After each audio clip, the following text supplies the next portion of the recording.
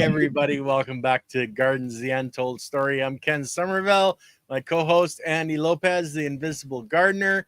Today we're talking about making your own bio tea.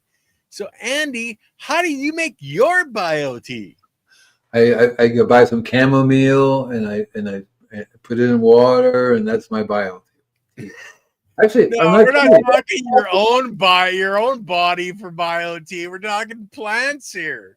When I started in this sixth grade doing stuff, so I think tea is a general term, just like rock dust is a general term. It basically means you're infusing something with water, Mm-hmm. And so I started spraying coffee, cream, and sugar. Is one of the first things I started spraying. I would make some coffee, make a second batch of coffee. Cheers. Hi, David. I would make us. My parents would make coffee. It wasn't organic then. But I would make. I had some. Eventually, I got better at it. Buy coffee. Like I do now. I buy organic coffee. I actually make cold brew coffee, and I add some cream to it, and the sugar is Granny Smith's molasses. So that's a tea, and then I spray that. Okay, now is that sulfured or unsulfured molasses? Sulfur. Well, it's Granny Smith's molasses. I don't know if it's sulfured or not. I don't think it's sulfured. Yeah, the unsulfured is better. Yeah, I don't think it's sulfur. I think it's just Granny Smith's molasses unsulfured. The sulfur would tend to destroy any of the biology that's in it. So I started in the sixth grade making teas to spray. So I would make a tea from milk by itself, and then I would learn how to make. When I was reading the organic gardening magazine, they would say, "Hi, this is a tea you can make," and so I would learn. What a process. I'm not sure how to answer that. Well, just making coffee, that's a process in itself. So in my youth, in the sixth grade, this was before I went to service. I went when I was in the seventh grade. Ninth grade. So I went through the whole school process of having my own business and making my own teas. So I made my own teas for my garden, for the roses, and I learned somehow. I don't know where I got the idea. It wasn't necessary I think what happens was I would get shipped off to Cuba or Puerto Rico. And those guys would make teas out of everything. They had a big giant pile of compost. I remember they would make put the compost inside the socks and let them sit in water. I remember that a lot of times when they killed their animals, they would make a tea from the blood, put the blood in there, stir it up, and spray it. I remember that they would make a wide variety of different mixtures to spray on plants for bugs and stuff like that. So I learned a little bit from my great grandparents how to make some liquids. Right. And then when I got out of the service, I started making compost. Now not everybody can make compost, but compost tea is one of the best to use. And the better the compost, the better the tea is what it comes down to. Well, more biology in it. Yeah. So I started doing that, making different kinds. So when I would make my compost. I was one of those guys. I would go out and get chicken manure, and I automatically knew that I wanted a range of animal manure. So I would get chicken manure. I wanted to imitate Mother Nature. Mother Nature doesn't make compost out of any one manure. She makes them out of all blends of stuff, right? Mm-hmm. So I get chicken manure, horse manure, cow manure, llama manure, sheep. I even got elephant manure, of course, a horse.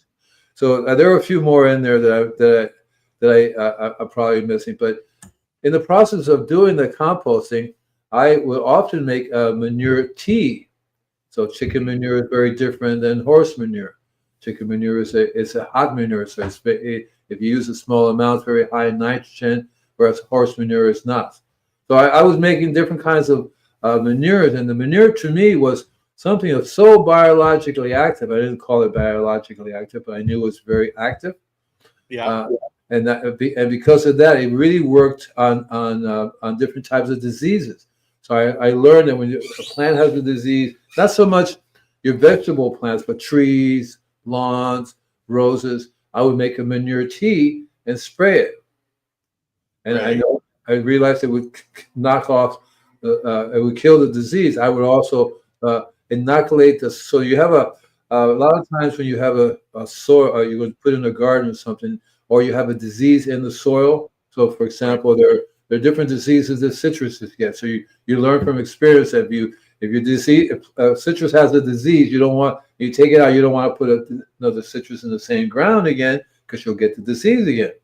Mm-hmm. I learned that diseases are in the ground. But if you take the manure and before it even starts to so you fresh manure, you take literally, oh, there he is. You literally take fresh manure and you actually put it into the soil, turn it over, and you cover it with a tarp. That I learned would get rid of disease in the soil. Okay. See? So I started in my youth. I would make a variety of different kinds of. I would go to the store and run around, do some shopping. And then I would come home and make a tea from it. So I started making, and this was way before I heard of Korean. I think it was Korean gardening, Korean farming, Korean natural farming. Right. Because they would make. So I heard somewhere along the lines. I was reading about some guy takes the rice and makes a liquid from the rice, and he adds a little bit of milk to it, and so it's rice and milk together, and then I always loved spraying milk. Milk was one of the most because I found that milk has its own bacteria and own biology going on there. It's very lacto, whatever that's called, right? Lactobacillus. There you go. That's what I said. And so I didn't know it was that, but I knew that. I thought. Well, see, my parent, I saw TV, and the TV says, drink your milk, rich in calcium. I go, oh, calcium. I like calcium is good. That's a pure kid. Dalen, such a cutie. I know, pure kid. Yeah, Dylan, yeah. So Andy, yes, before sir. we go too far, how are you making your teas? Are you using a bubbler, just a bucket, like you were mentioning, using like pantyhose and soaking, the compost? What's your process for making tea? So there are several different. It depends on the purpose and why you're making it for. What you're going to be doing with it. So which will change the way I make it. So if I make like tea for a general purpose, spraying roses and stuff like that, I would try to get a blend of certain things that would complement the plant. In other words, I learned that there's different kinds of weeds are very rich in iron and calcium. Anything that that I know was rich in certain stuff, I felt that would get transferred to the tea, and I would spray it. Okay. I started reading Rudolf Steiner's how to make the tea, how to make preparation. So I followed a lot closely to the biodynamic method of making the preparation. So you basically make the product itself, and then you let it sort of decompose in whether it be in a container, so that increases the biology, and then you make a tea from that. The tea can be done in any number of ways, but essentially you have clean water, right? You have clean distilled water, you get a filter, or in those days I didn't know too much about filters, but the Rudolf Steiner method is you fill the city water up and you stir, agitated, stir a lot one way, and you stir the other way. It's supposed to be the gas supposed to leave. Yeah, right?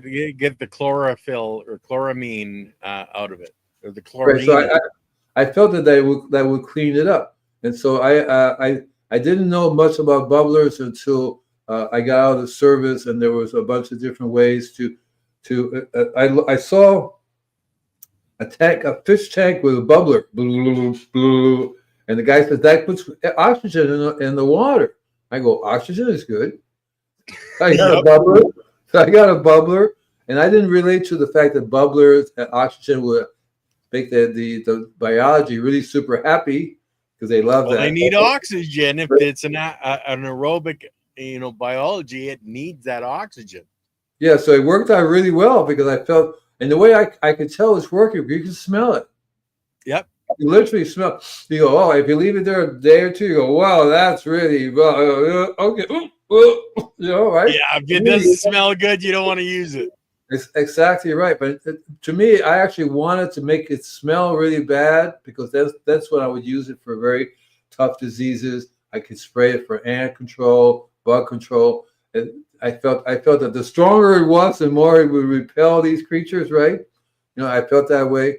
And I still do to a certain extent, because when I make a tea out of it, I want to be able to smell it. That's part of the thing with it, making a tea. So there are many different ways to make a tea, like I said. But to me, the easiest way it would be to you get a container, you fill it with water, distilled water preferably, because now you can get some really good filter systems to filter out the water. You want to be able to get your products. So the different kinds of products, but most people tea into compost, making compost tea, and that's the easiest way to do it. But you really, really have to either make your own compost or find somebody who's really good at making compost. If the stuff you buy in the store is not really quote compost, there's nothing in there, because what you're really making a tea for is to increase the biology in the water, and then tell the biology, go get them, right? Or what I started doing, I was using it for pest control more, but throughout the years, I realized that I was actually spraying minerals, I was spraying nutrients, which was the pest control part of it. That's why it works. And I didn't know much about a refractometer or bricks until maybe the early, in the late 70s, when I learned about a refractometer and bricks. So I kind of put them all together. So the tea process is, and it isn't really very good to heat water to make it hot. You don't need to do that as a tea process. The heat will tend to destroy what you're doing, or it makes it worse. You don't want to. And I also would make a tea out of. I learned that fish emulsion is an excellent, makes an excellent tea. A tea is anything you want to make in the water, infuse the water with, that you can spray, that you can apply to plants. Now, have you ever just done like a bunch of different weeds and thrown them in a barrel with water and letting them decompose over time, and then using that? Have you ever tried that kind of a tea? So when it depends on where I live, and it depends on what was available to me. Even now, what I do is, so yes, a couple places I lived, there was lots of weeds there, and I would take the weeds, put them in a bucket of distilled water, and let them sit there for a few days, and sort of like the liquid will change color, take everybody out, and I would bubble it and spray it. But I wouldn't do it by itself. So what I would do is I would add certain things to it, like the coffee. I would add coffee to it. I would add so like you're talking like letting it sit for days, where some of these people they'll let it sit for weeks or months. Months, right, right, and then use it. Right. So a lot of times if I know it's going to be sitting for a while, because sometimes I learned that the longer it sits, the more it tends to decompose and goes into the water, especially if you let it, the sun shines through it, because the sun will solarize it to a certain degree. But then I learned that the best ways are in a dark environment.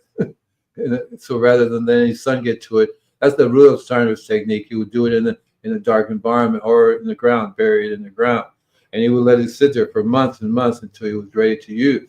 That's the way he would prepare it. And so I learned. When I lived in Florida, I had an abundance of different kinds of weeds all over the place, because I would actually put them in my composting process, because I would take the weeds and make compost from it. But it sometimes, somewhere along the lines, I started actually making liquid from it, because I read that you can make a liquid from almost any plant, whether it be lettuce, tomato leaves. I keyed into making it from medicinal plants. I learned, so all different kinds of mints makes a real good tea, because it has that smell to it, for one thing, and also it's rich in whatever different minerals that the tea would have, whether it be peppermint, spearmint, any of those herbs. Oregano was one of my favorite ones to use. I would make a garlic spray from the garlic plants and stuff. And sometimes what I do is I would actually take the weeds and run it through my little blender. Yeah. Grind them all up and put them in a liquid. Let it sit there, and it will all settle down. I would take that and I would spray that. I kind of feel that the blender may destroy the biology to some extent, because it's a very stressful thing to be going through a little shredder thing. So it does.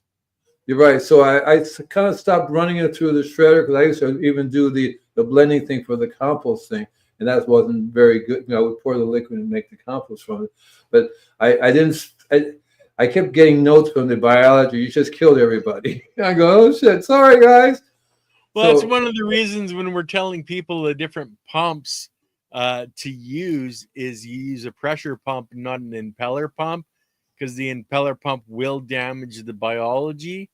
So yeah, like I know in the Korean natural farming methodology, they actually put the coat the plants with brown sugar, put it in a jar, and you get what's called osmotic pressure, which literally draws the water out of the cells of the plant structure and holds it in suspension.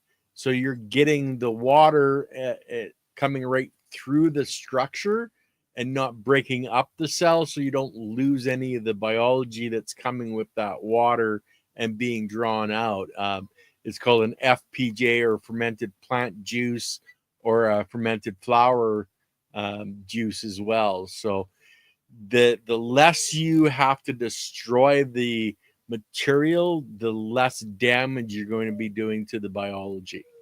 Right. So I kind of gravitate to being able to do a harmless tea in the sense that I like making tea from compost. I like making tea from certain plants that you can maybe just let it steep in the liquid without having to do anything, without having anything to do with it. Again, when I make my own tea, so I have green tea, black tea, I make a second batch, a big giant batch, and I spray, and I actually give it to my plant. I don't know if it works or not. I don't know if it works or not, but I spray it on them. They seem to really like it. So a lot of these teas are rich in iron. They tell you, this is rich in iron, this is rich in calcium. Oh, okay. Yep. So that's and you make a second batch. That's why I love doing coffee, because coffee is rich in iron, rich in all different types of minerals, especially if it's a organic product, so it wouldn't have the pesticides in it. Because you want to make a tea with pesticides, because then you're concentrating your pesticides when you're spraying, and same thing with fertilizers and stuff like that. So my favorite is coffee cream and sugar, because I think you can see immediate response. You see that within 24 hours, you see the plant definitely responded to that. And then in the organic fertilizer world, so I would buy organic fertilizer, put it in the big stock, and make a tea out of that and spray it. Because you can squeeze it, you can see that the nutrients from the fertilizer, organic fertilizer, because there's some fertilizers made from alfalfa meal, for example, right? Alfalfa meal is really cool. And so there's also different types of fertilizers made from other different types of plants. And I made a tea. So I have a book. It's all about the teas. I just thought of it now, but basically I used to make rock dust tea. Okay. Yeah. Right. I used to get different kinds of. I stopped using rock dust a few years ago because I had my lenses replaced, and I didn't want to have any dust floating around. So I'm very leery of playing anything with dust, right? Yeah. But I would definitely. So I have tons of rock dust over here. Anybody who wants any rock dust, they can come and get it, because I'm not using the powder stuff anymore. I make a tea from a C90. I get I get clean water, filtered water. Put a certain amount of C90 in there, stir it up, let it disappear, and spray it. I've learned that it's better in nature. The teas are made all the time, but there's a blend of all the different kinds of things. So you don't want to make tea for one particular product. You want to make a tea made out from a wide variety of different plant materials and different other things you can get your hands on. Put it in, make your own tea bag. You can put it in a pantyhose. I used to put them in the pantyhoses, right, and socks, and let it sit in the water for a while. And the water's so clean, and you can see that it would change. And if you actually, I would forget about it every once in a while. You can smell it. What smells funny? It's that's your socks, Andy. Okay. It's the liquid that I would put it in, because you see the stuff will change with the weather and change with the sun, because it does. It becomes alive. And if you let it sit too long, it smells really bad, like everything's dead, which is exactly what happens.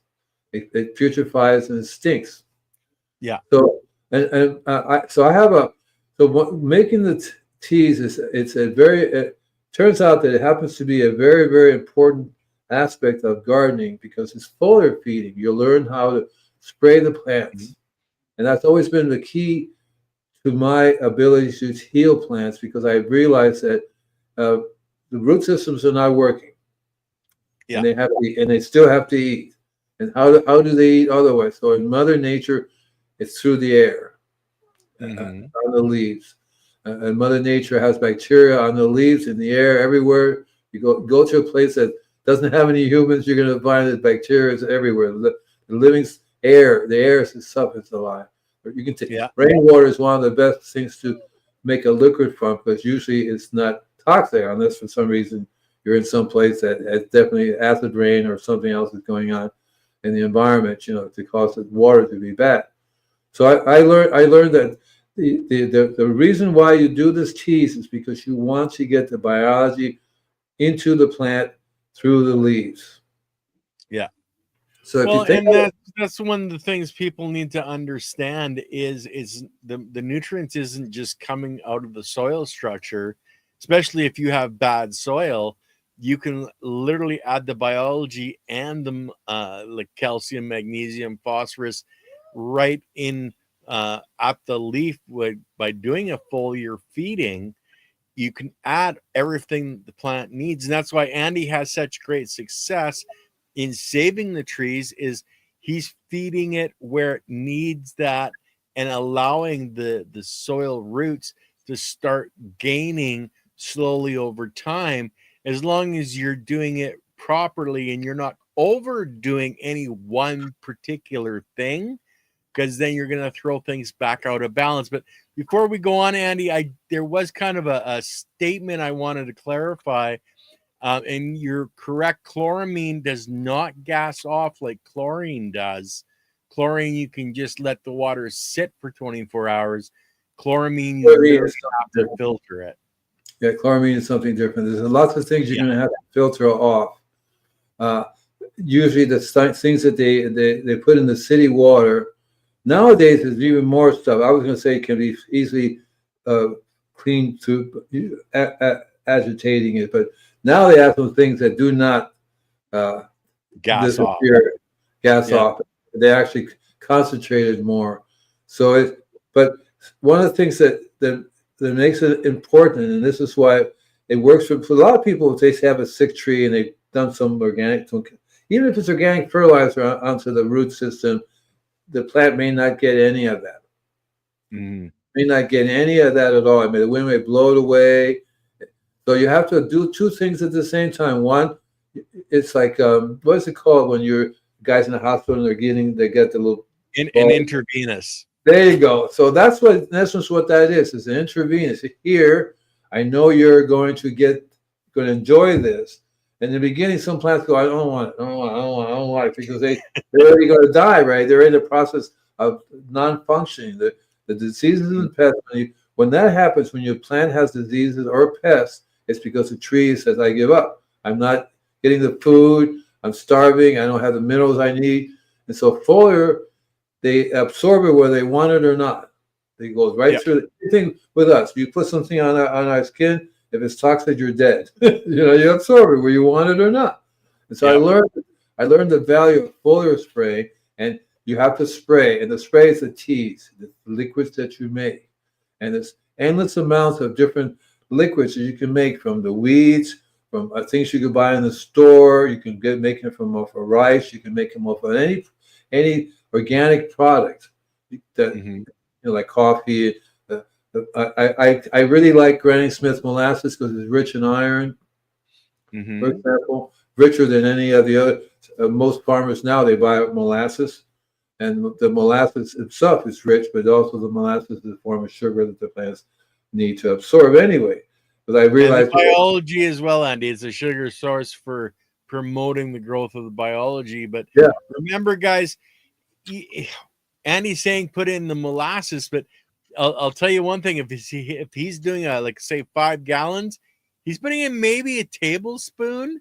You don't need a lot, so don't be a no. moron and put more and more in, thinking it's going to be better. So when I So have a when I have 100 gallons, it's very rare if I put half a cup in 100 gallons. Yeah, yeah.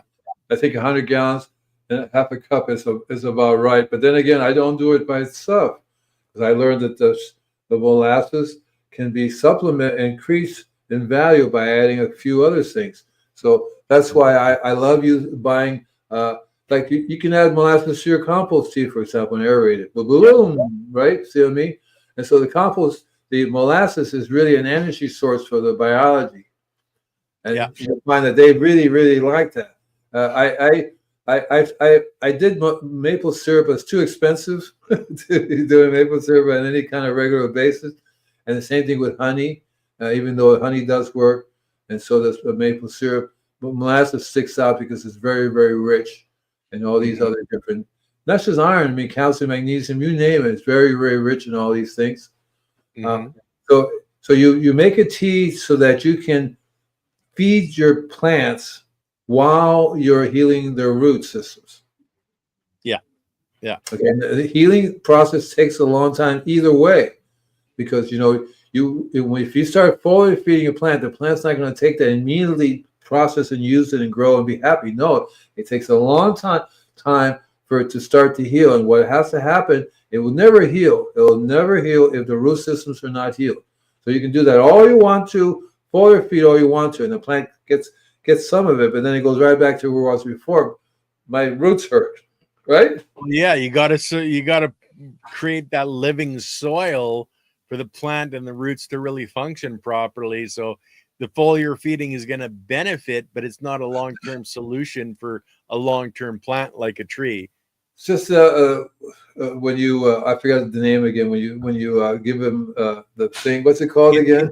Intravenous. Intravenous is a short-term thing. It's never a long-term. Oh yeah, take this bottle with you, go home, and then hang it up by your bed, and come back every week. We'll refill you. You'll be good in about 6 months. No, it's an immediate short-term shot in the arm, and that's what you do. So with a foliar thing, with me, one of the problems when I go to people's houses and they say, "Why do you have to do this every month?" I said, "Well, you are constantly killing everything. Nothing's ever going to heal if you keep doing it. And this is just a short term.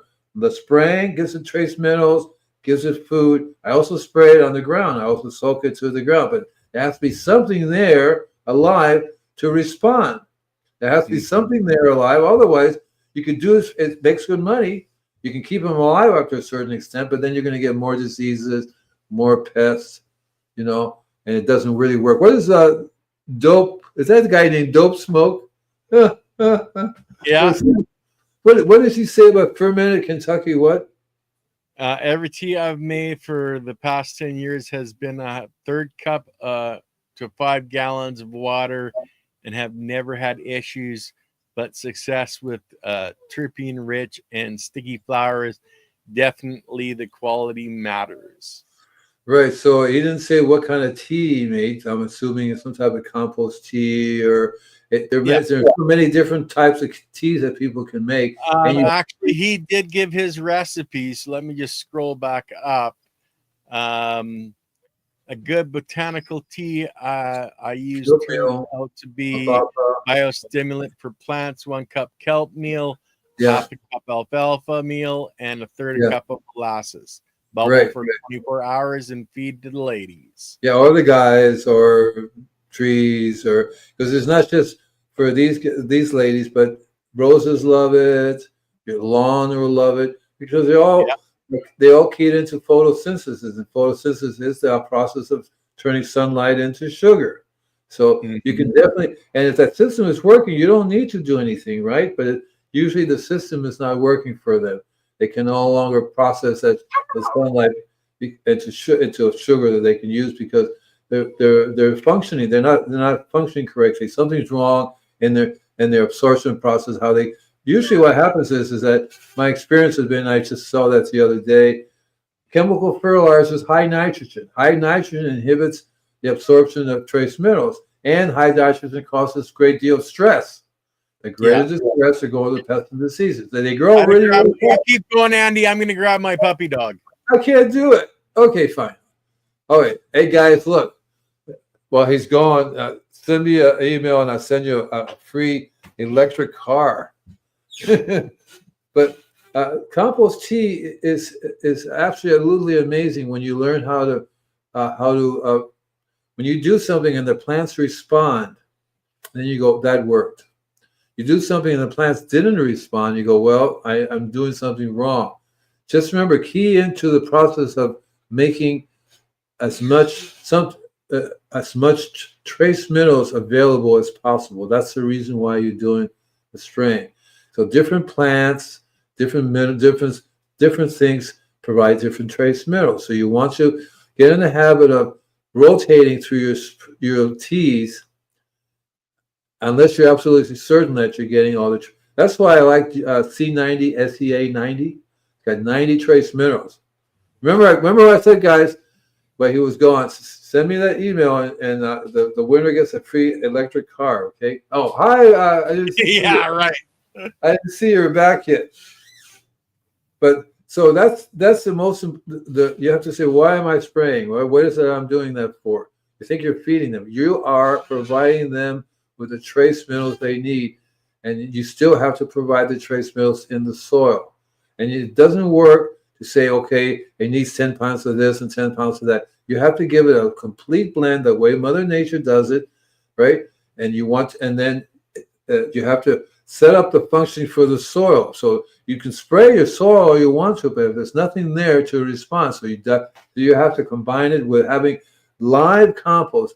To me, the key to this whole thing is having the biology in your compost. If you don't use compost, you can spray all you want to. You're not going to get the same results as if you're using compost on your property, on your soil, on your plant. And compost varies, right? The different qualities vary. So if you can't make it, like I have the fortunate. I'm fortunate that I have two guys here in my area that make excellent compost. Blazon is one of them. He makes excellent compost, and you can tell the difference. The plants go walla walla, bing bing, and then the spray makes it even work more, because if the plant's not stressed out with the roots and the system is functioning, it can absorb the trace minerals and use it as the way they're supposed to, rather than try to build everything from scratch again. So the tea making has to be supplement to your compost making, to the process of increasing the soil biology. That's what you got to do, increase the soil biology. Now, I want to make a distinction between what you're saying, Andy, because you're saying making compost, but guys, you need to put that compost on the soil. You need organic matter covering the soil. You should never have bare soil. You should always either have plants in there, so there's roots there, but you should have wood chips, whatever you want to use as a mulch. That's the organic material that the biology needs to break down to create more biology to be able to give the nutrients to the plants. Because if you don't have that organic material, you can never have a living soil, because there's nothing there for them to live in. So I like using biochar, for example. I learned about that really, really early. It does increase the biology, especially when I do my worm farm. That's one reason why I do the worm farm, so I can have the liquid, so I can make the biology, spray the biology around. So I use that. But if you just spray barren soil, nothing's going to happen, because there's nothing there to build from. You have to have the carbon, you have to have the foundation, all these stuff and that's where you get it from organic matter. You have to learn to, usually you blend the two together. When you make your compost, you usually have all the different types of organic matter along with all the different types of biology. So the making of the process of the compost is a lot harder than making a tea, because if you make some really good compost, you can get some of that, make a tea from it. And the easiest way is you put in the pantyhose or in the tea bag, distilled water, that whole process of letting it percolate through the water and all that. They have lots of different. One of the things I found out that helps you make a tea really good is, in the beer making world, they have these machines that are amazing, and they're like cones, they're like shaped like that, and they swirl the beer around. You can make your tea from that. You'll be surprised, because it gets aerated, it gets energized. The whole tea becomes very different, becomes more effective to use. So you want to learn. So look up beer making equipment, and you're going to see a lot of them you can easily use to make your tea with. Well, and a conical bottom allows right. everything to come down to the bottom, where a flat bottom vessel, you're going to get stuff stuck on the edges. I do want to mention something about aeration, guys. If you're using air stones, you can have a definite problem building up over time, because even if you're washing them, there is biology that gets into those stones, and it can be bad. The bad biology generally is what builds up inside of the stones. So I don't know. Myself, I just put an air hose in, and little tiny holes in the hose, so it's trying to make micro bubbles. But I don't use the air stones anymore. I did at the beginning because I didn't understand just how bad they can be, but that's something you may want to consider. Andy, do you use an air stone, or are you just putting in a hose in for air bubbles? So what I have is I bought it from it's called the Tea Lab. Okay. And basically it's a little round PVC tube that comes up. It's got a little hose in it, and you plug it into your bubbler, and it pushes the air through it. And as it circulates under there, the bubbles come up. Yeah, and that's the better way, because you can clean that, because it's a plastic. You can run something through it. Vinegar, air stone, everything just gets caught up in there, and you never ever able to actually get that truly clean inside. I use vinegar. White vinegar cleans it out really, very nice. Yeah, and it's called Tea Lab. They actually sell little kits, little bubbling kits. Okay. So you can. They have a 5-gallon tank. You put it in there, and you hook up your motor, and you bubble, bubble, bubble. You can actually take that and put it in a 50-gallon tank, for that matter.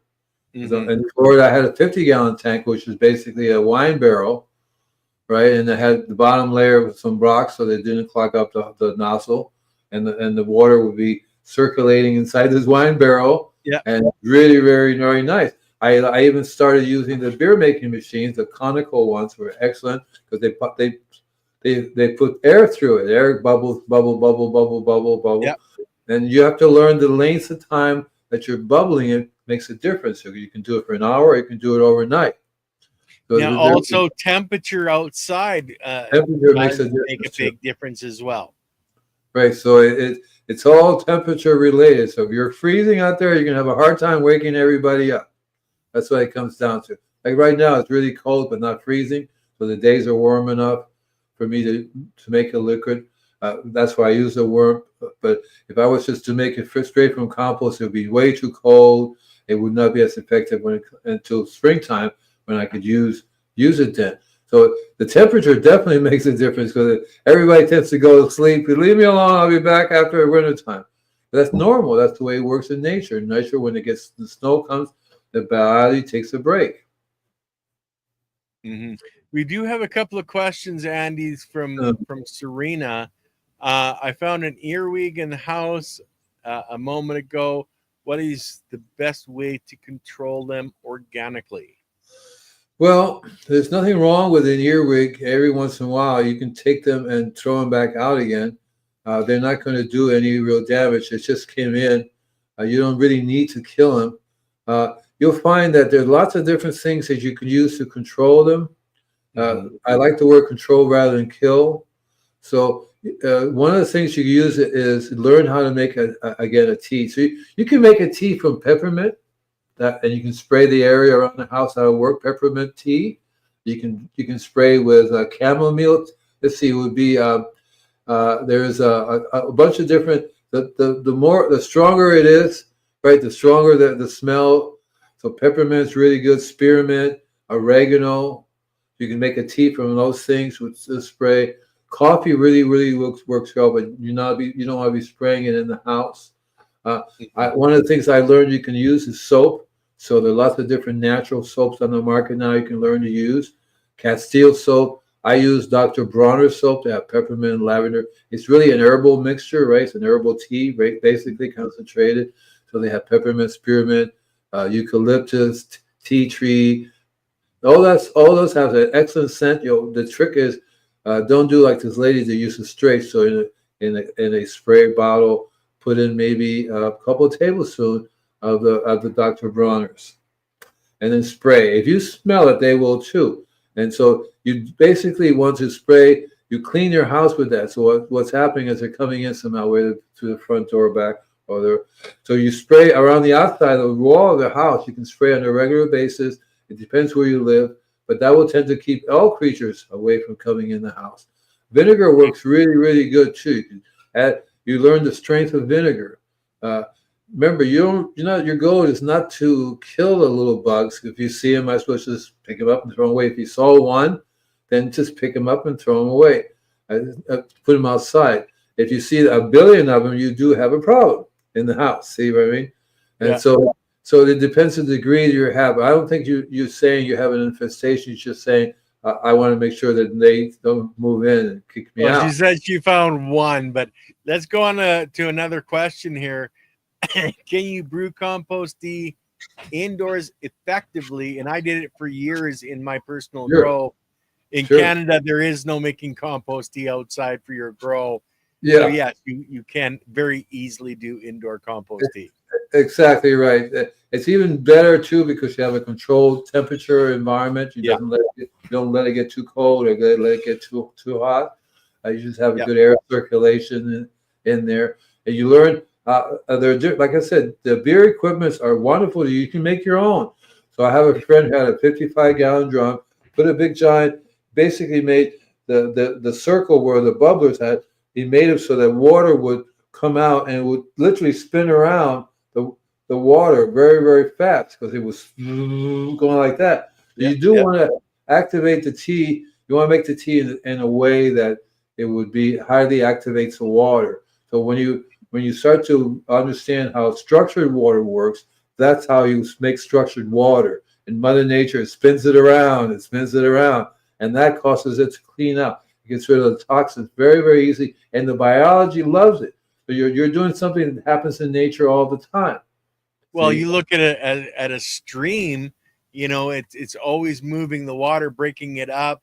I used to literally take a funnel, excuse me, put in marbles, pour my water over the marbles through the funnel, and it activates the water. Like Andy was saying, you need to activate that water. That's one of the ways to do it. And we've got Yellow Skunk Farms coming up. He's literally put like a stream almost in his grow where he circulates his water, and he's always constantly, breaking those molecules up, hitting them against each other, creating that energized water. That's what you want. Yeah. So in my 100-gallon sprayer, I have a bubbler that bubbles it through there. I'm working on a way to energize the water as it flows through the hose. It's really very simple to do because what you do is you get two magnets, you wrap it around the hose. As it flows through the magnet, it goes whoo-hoo, and it doesn't hurt the biology at all. It actually increases the biology, makes it more effective, makes it easier for the trace minerals to be transferred to the plant because that's the way it is in Mother Nature. And Mother Nature is constantly activating the water. It's constantly all the time. And then there's where the trace minerals come from. That's what structured water is all about. That's why it's called structured water. If you look under a microscope, you can see the water of the city, for example. You get city water. Nothing swirling through there. It's got these strange 90-degree corners. Every time it goes this way, it makes a turn. It unstructures the water. And that's why if you look under the image of water, if you was to look under a electron microscope, you're going to see an awful looking crystal, right? Shape. Yep. And if you energize it the right way, by the way, Mother Nature, the crystal is very clear. So it shows you the big difference in structured water and unstructured water. And that's the whole. That's the key to making a tea. Is like don't just can't use city water. That's unstructured water. Okay, city water will kill everything faster than you can say dead. Right? Yeah. Right. So you want to energize it. You can even play music to it. So it's very easy to do. You have a speaker. You run the water through hose or whatever pipe, and the speaker's right there, and the music will energize the water as it flows through. That's what happens. Energy, frequency, vibration. That's what Nikola Tesla was talking about. That's where you guys think of, the Schumann resonance, the natural energy and frequency of our planet, and you think that's a constant vibration and energy that's flowing around, and we kill our water before, or at least in the city anyway, before we get it in our tap. That water is dead. They've killed everything. They've taken everything. And that's what we drink, and that's what we give to our plants. That's what we give everything. By the way, Serena says, "What was the garden? Why was the garden high? Because because of all the weed." Yeah. Serena. She has another question we better get to before we do the contest, Andy. Okay. Yeah. She says, do you mix in mosquito, and it's mosquito frass or bug frass, bits in your seed starting mix to help prevent fungus gnats? I've never done it. I've done it. I've used a lot of insect frass over the years. I've never done it specifically for fungus gnats. I've done it for the chitin that's inside that does promote a plant reaction to actually fight against pests, but I've never done it specifically for fungus gnats. Andy, have you ever done it for fungus gnats? I found that you don't have to do that if you key into 90-something trace minerals. Okay. Again, it's a trace mineral deficiency. And so if you use any of these frets, they tend to be rich in the trace minerals. So you have a source there of trace minerals, which activates the plant. And it's in a form that's available to the plant. So if you get good at making trace mineral teas or teas with a high source of trace mineral, that is what you want to control any plant, any pest or any disease. And you can learn how to use the C90 is the easiest one, for example, because it has 90 trace minerals in it. Right? See? Yeah. And so that's what you want to do. That's another reason why you're spraying, because you're spraying the tea in a form that's available to the plant that they will take. And it's called trace minerals for a reason. You don't want to overdo any of these things. Don't be a moron, right? Don't put more on, because that's what happens. If you do too much trace minerals, it becomes toxic. So you have to learn how to do a small amount on a regular basis. And so if you're having gnats, or if you're having whiteflies or any pests at all, you're having you don't have your trace mineral things down yet. You're missing some trace minerals. Mm-hmm. That's what it comes down to. And I can't repeat it over and over again. I can't repeat it often enough because it's true. I have shown myself over and over again. If I get lax and if I don't, or usually the customer, when I see them, I could see that the plants are. There's these glasses you can buy that actually NASA makes, and it shows you whether or not the plants are absorbing the trace minerals because they give off a different color. And you can buy the glasses, you can look through them, you'll see, wow, it doesn't look good. You can see it. That's not green. It's not healthy, and because it doesn't reflect the trace minerals back. All that refractometer does is it reflects the trace minerals. It tells you what trace minerals, because each trace mineral is a different color. Refractometer, they have $1 billion refractometer that's always, you can look at stars and planets and see what kind of minerals it has in it, simply by the color that comes through the refractometer. So every time you have a bug or a disease, you have to say, I'm missing some trace minerals here. That's what you got to do. Lucky that certain things are very rich in trace minerals, so that's what you want to key into. The frac has to be very rich in trace minerals. That's the reason why it works so well. There are other sources of trace minerals that you want to learn to use, because you want to use a variety of different sources of trace minerals. That's the way Mother Nature does it. Mother Nature doesn't say, just have this. Mother Nature says, take some of this, take some of that, take some of that. Oh, don't forget some of this, don't forget some of that. Did I mention this? See, it's always a blend. Never is anything one straight. And that's the way it works in nature, because all those things have to be equal, right, for them to work. Yeah, too much of any one thing doesn't work. And Well, yeah, it throws everything out of balance. That's why we talk about biodiversity in the biology. It's biodiversity in all your inputs as well. The more diverse, the better off. But guys, we're going to be running the contest, so put in hashtag compost. Okay, and there's other people that already have. Serena has, and Dope Smoke. If you put in hashtag compost into the live chat, we're going to be doing the draw, but that's what you need to put in is hashtag compost. Wait a second. So I know that you're getting old. I know it's a problem, but we talked about this, and everybody here can get my ebook for free. That's the easiest thing to do right now for me. All you have to do is send me email, say you send me my ebook, and I'll send it to you right back in the return email. Because I am not able to really. Half my city burned down, so my business is going out the window, and that's it. Even under normal conditions, I still didn't send you the book because I have to get Amazon to do it. But you can get the ebook version of it immediately in the email. Immediately, I just click reply. Hi, here's your ebook, and you get it immediately. So it's the same thing as the book, only it's not the print version of it. I'm actually going to make you buy the print version. If you want the big copy, you can get it right to my website for Amazon. But the book is perfect. It's the same thing. You even get the color version of it. And that's what you should do is, and you don't have to do anything other than send me email. Because if you can send Ken email, you can send it to me. Okay, guys. So we're not going to do the contest then. Well, we can do the contest. I have an electric car to give away. Yeah. Maybe a little model, and then there's shipping on that too. I didn't say it was a big one. I didn't say it was a big one. Okay, so guys, if you want to get Andy's book, then what you need to go do is go to his website, send him an email through his website so that he can send you the PDF version of his book. So, and sign up for his email, guys.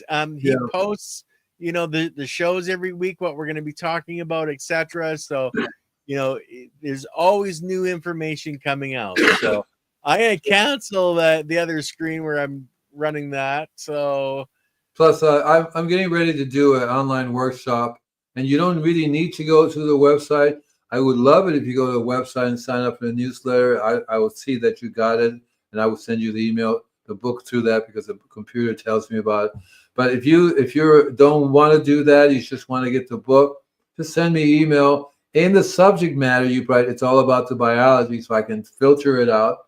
I get sometimes 40,000 emails, which are most of them are junk emails. That means that I made a mistake and put my email on the website. Next thing you know, everybody has it, and they contact me for all kinds of things from penis enlargements to all kinds of things. I'm going, holy cow, right? So, but if you just want the book, just send email to Andy Lopez at invisiblegardener.com. Oh, yeah, got my son Carell in the mail yesterday. Great, excellent. Start off by doing one a day. Don't listen to what it says. Just do one a day and see what happens. That's what we've been telling you, Andy. Definitely. If you make it through a month without getting diarrhea or getting sick, you're good. Then you can say, okay, I'll go two a day. Don't even try to go. I do 55, okay, and I've been doing it since for 30, 40, 50 years, okay. I build up to it, and when I don't do 55, my energy is like. But it does clean you out. It will remove heavy metals from your body. It will remove toxins from your body. I was talking to somebody today about there's plastic nano beads in your brain.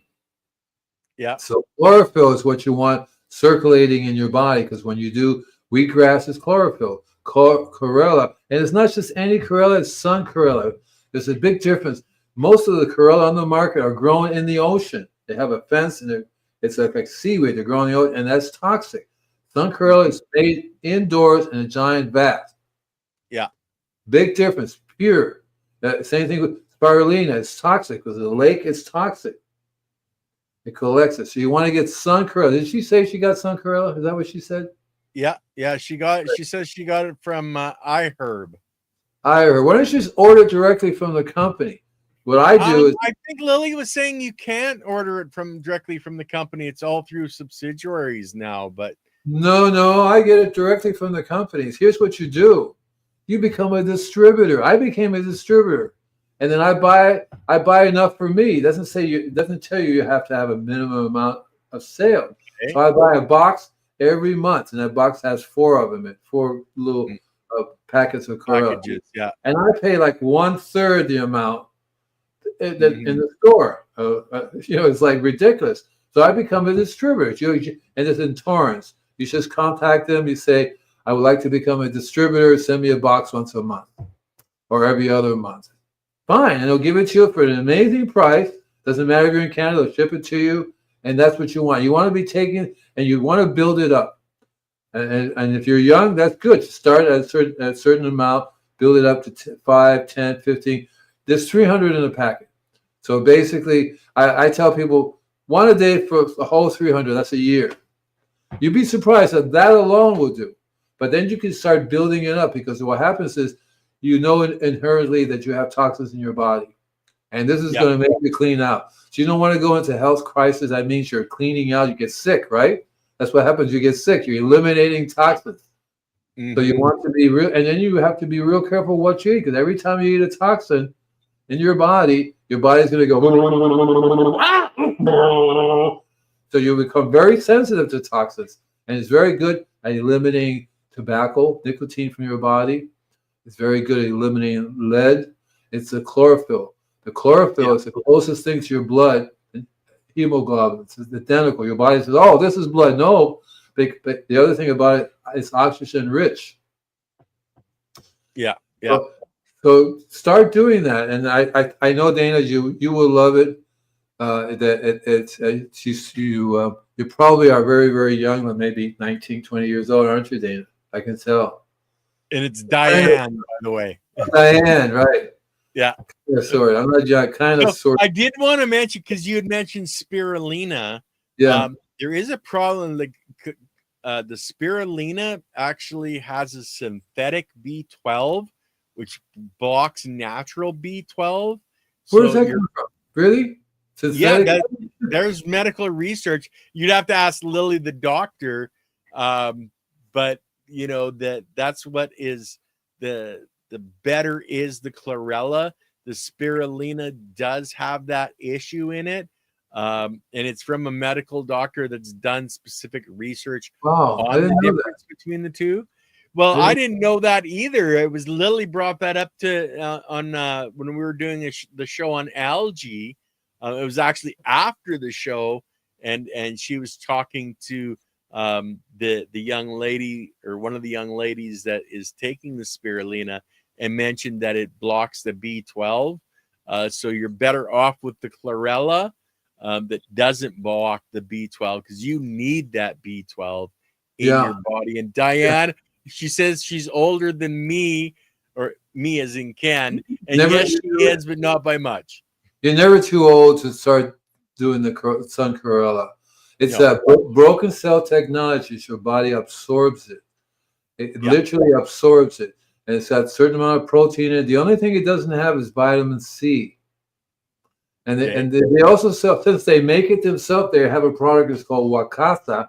It's the liquid that they make the chlorella from. They sell that. Take it, and that's for amino acids for muscle building, and so it's an amazing healing product to use, especially nowadays. And then I do it every day on a regular basis, and it makes a big difference in my life. And I give a little bit to my kitty cat and my dogs too. So I have friends who have dogs. I give it to them. They eat it up. My cat loves it now. It's chlorophyll. It helps them to. They make it for pets now too. They make these tablets I for was pets. gonna say that they have the pet one as well. Yeah, they have the pet ones. And once they start, when an animal gets sick, what does he do? He chew on grass. Wants to get some chlorophyll in his body. Yeah. You see, right? So Yeah. anyway, Like pseudo vitamin B12. Yeah, yeah. that's weird. I never even knew that. Yeah, well, we all are like, that's why I tell people to listen to many voices because there's so much to learn. But you got to look at the research and not just go from one person, but look at many people doing the same thing. Because face it, guys, a lot of the research that's done you got to look at who's paying for that research. And if the scientist wants to get more money to do more research, it's got to basically, shade the truth, let's say, on a lot of stuff. But Andy, we're at the 1 hour, brother. Do you have any final words that you want to say before we kick off? Well, no, just go to the website, sign up to get the newsletter. Like I said, I'm starting to do all kinds of online workshops. I'm in the process of working on it now. You will love it because I will cover everything we talk about and then some. I'll talk to people on how to do the worm farm, how to have your own worm farm. What I love to see is somebody start their own little quote invisible gardener business or whatever your name would be, doing the same thing I'm doing. You get better and better at it, and you'll be surprised how you'll help people heal their trees, heal their soil, right? Yeah. So thank you guys for being here, and I'll be back next week. You bet. And guys, just to let you know, I was just mentioning the ladies from the algae, and that's Camila and Meredith. They're back on this coming Monday with Leighton. So if you want to learn more about the algae and how that product is used in soil and on plants, that's going to be this coming Monday. Hi, Michelle. She is my co-host in my show, From the Soil to the Soul. So Figure that one out. Okay, guys. Nice to talk to you today. Come back next week, okay? Bye. You bet. See you soon, guys. Bye-bye.